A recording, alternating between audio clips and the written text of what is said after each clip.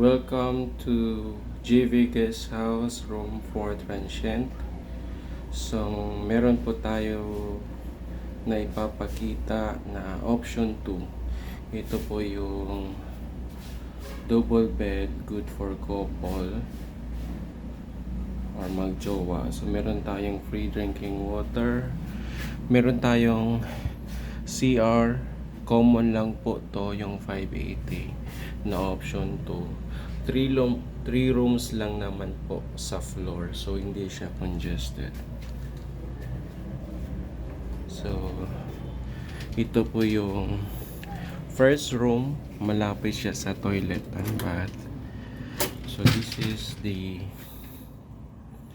580 option to. So meron tayong table, cabinet, free wifi din po tayo, merong TV, saka aircon. Yung aircon po natin, as you can see, bago po. We have kakapalit lang po namin ng aircon. Inverter type na po to, so malamig po siya. Hindi siya masyadong malaki, sakto lang. So for couple po to. Ayan.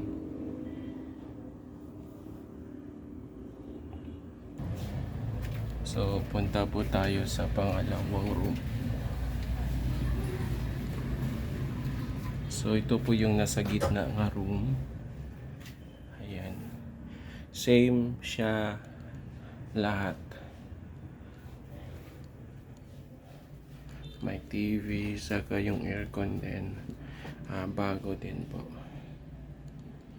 Ayan.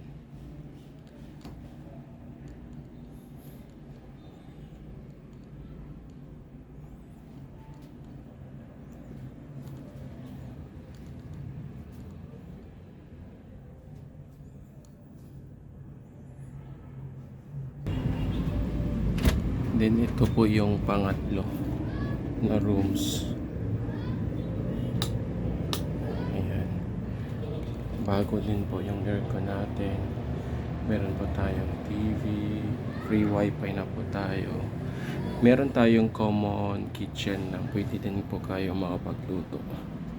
Sa baba lang, sa ground floor. Ayan.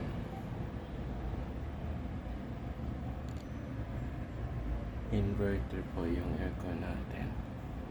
So pag ayaw nyo naman ng aircon kasi nalalamigan po kayo, meron naman tayong exhaust fan.